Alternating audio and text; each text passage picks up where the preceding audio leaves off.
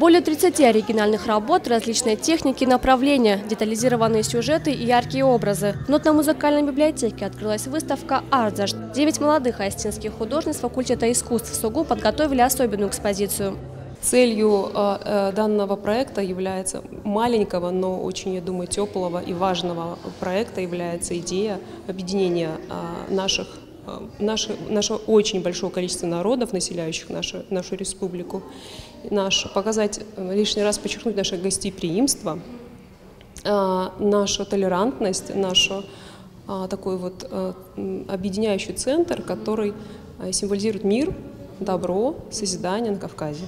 Объединить все народы мира – вот главная задача этой нестандартной выставки – смешение культур различных этнических народов. В работах перекликаются орнаменты остинской, армянской, русской и многих других национальностей. В названии экспозиции сокрыт весьма определенный посыл. Ардзашт – остинское слово с множеством значений. Это и центр, и узел, и середина. Но прежде всего ардзашт – это очаг и центр дома. Ирина Кукаева к своей работе подошла с особым трепетом. Художница давно хотела объединить две, казалось бы, разные культурные ветви – кубанского и греческого народов. Я лично взяла вот эту работу, змею, потому что она кубанская, а сама я с Кубани.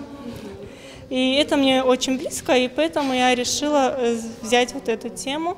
И также я ее решила смешать с греческой культурой, потому что на греческих амфорах тоже повторялся рисунок змеи.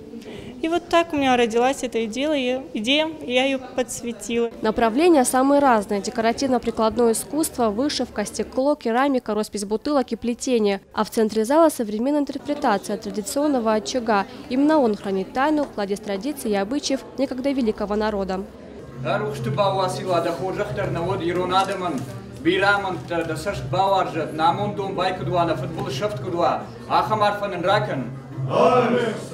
Солярный знак «Ардзашт» означает вечное движение, солнце и огонь. Этнокультурная выставка продлится в течение месяца. Тома Валева, Заур Цеев, Осетия ТВ.